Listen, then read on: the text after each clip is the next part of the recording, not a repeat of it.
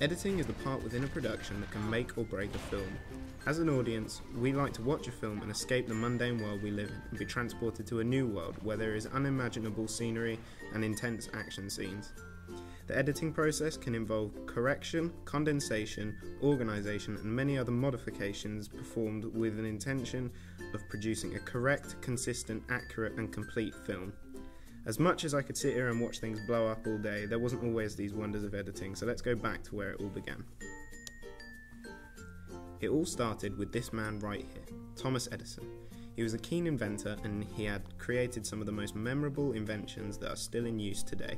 For example, the electric light bulb, phonograph, and most important in this case, a motion picture camera.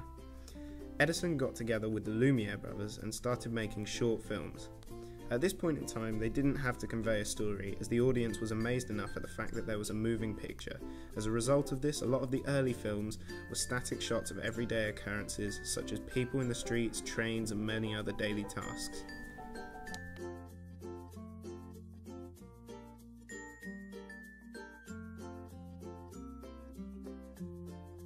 The early forms of editing consisted of in-camera editing.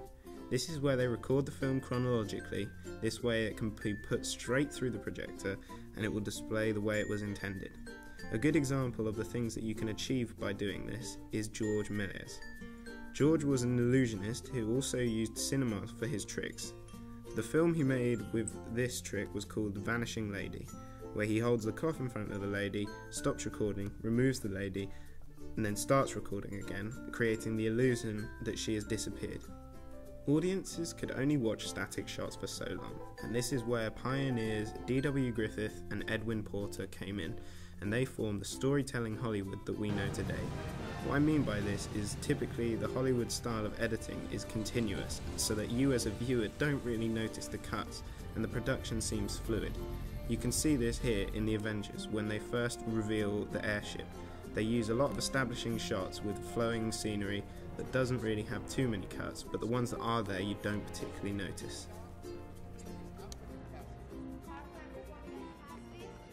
We are clear. All engines operating. Shield emergency protocol 193.6 in effect. We're at level, sir. Good. Let's vanish. Engage retro reflection panel. Different types of editing. The first is montage editing.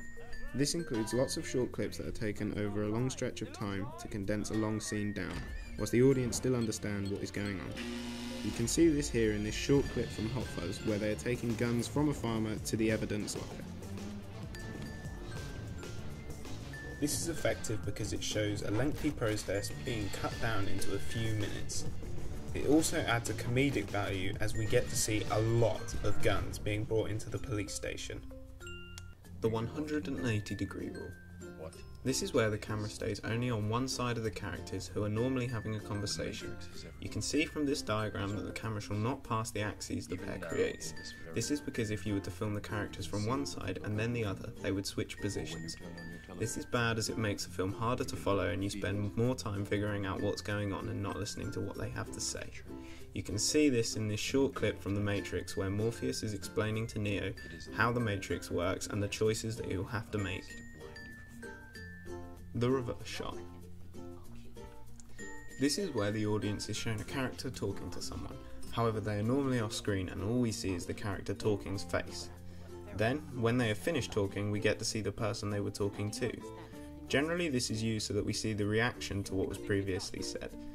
In Lock, Stock and Two Smoking Barrels, Rory is threatening Nick, and this is used to show how Nick is terrified from what Rory has been threatening.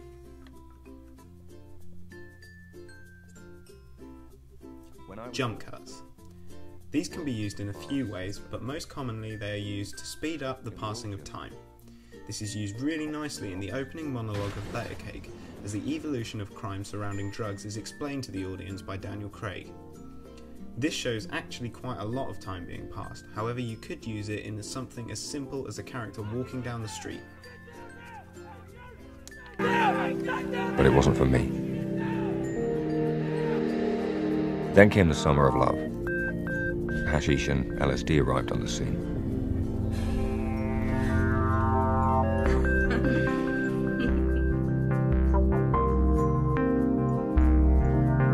There were villains locked away for 12 years for robbing a bank of 10 grand, doing time with drippy hippies who were doing 12 months for smuggling 2 million quid's worth of puff. I mean, work it out, mate. We're in the wrong fucking game. Drugs changed everything.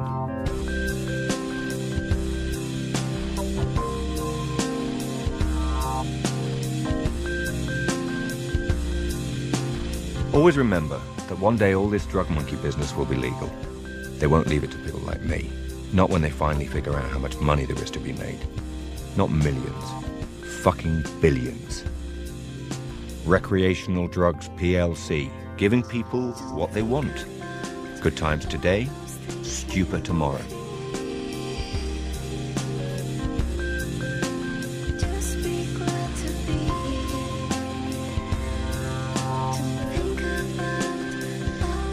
But this is now.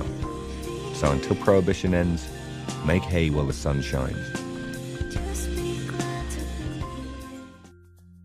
The cut. This is the most straightforward and commonly used transition in current day Hollywood. All it is a cut from one clip to another. Typically due to its fast nature, it is used in action scenes, as these tend to have lots of cuts, and so the less time spent switching from shot to shot, the better. It also helps carry the pace throughout the scene, which is a good thing, as action scenes need to be quick and snappy in order for them to flow well. This can be seen in this scene from Transporter 3.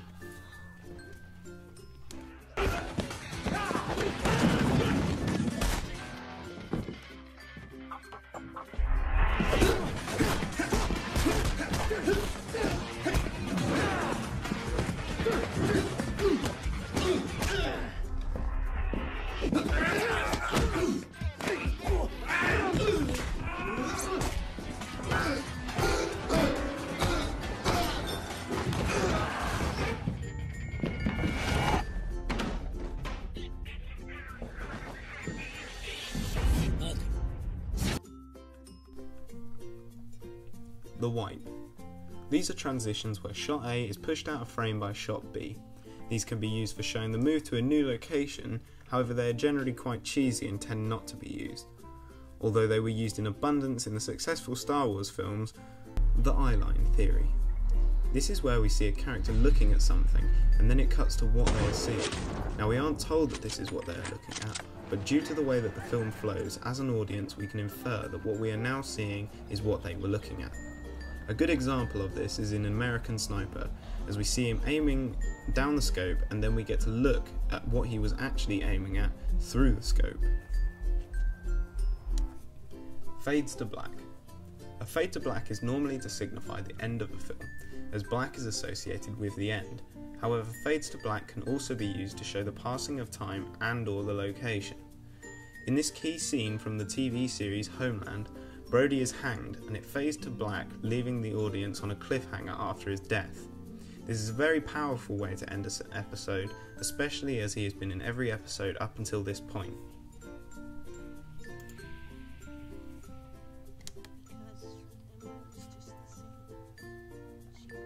The crossfade.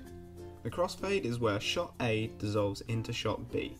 This is used well in Toy Story 2 when Jessie has a flashback about her previous owner. This is where I see crossfades appear most commonly. It works well and is a subtle way for the audience to look into the memories of a character.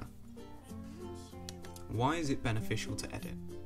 Like I said earlier, editing is the part that makes or breaks a film, and without it the film would not have meaning and we would just be looking at the same simple clip, which would be very boring.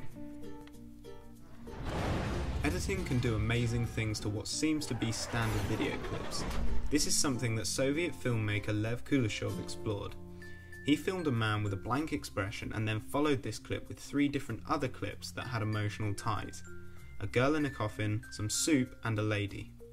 Once he showed this to audiences, they raved over the fact that he was such a good actor, and he reacted in such a powerful way to each of the clips. However, Kuleshov had actually used the same clip of the man 3 times. This just goes to show the pure power that editing has and the effect that it has on the audience's minds when we are watching.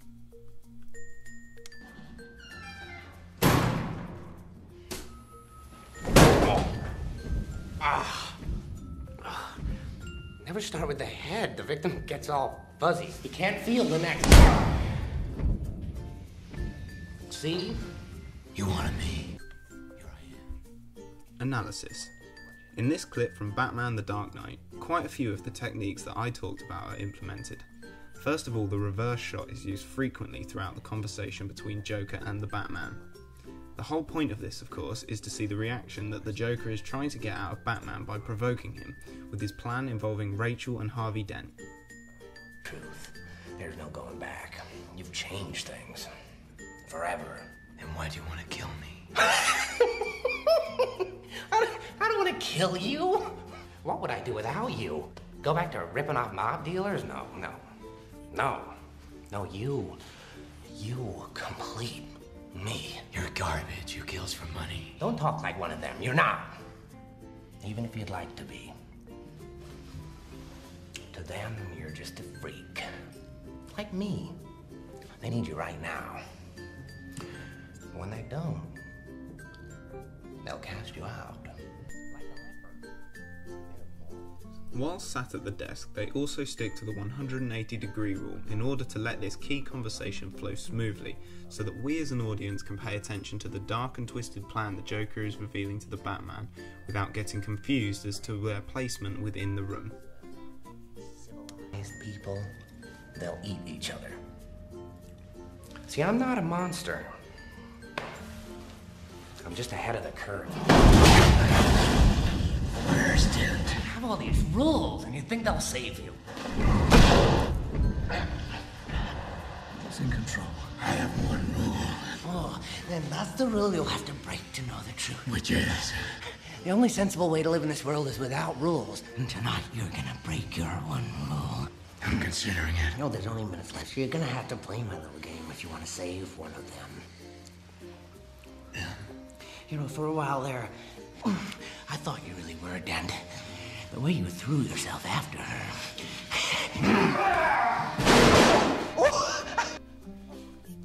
Finally, when the Batman snaps and the action picks up, the amount of cuts is increased in order to make the fight between the two of them more intense. This is successful as we start to really feel the pain in Batman's voice, as we see him try and find out the locations of Harvey and Rachel, the two hostages who he is trying to save. Your friend, the district attorney, or his blushing bride-to-be. You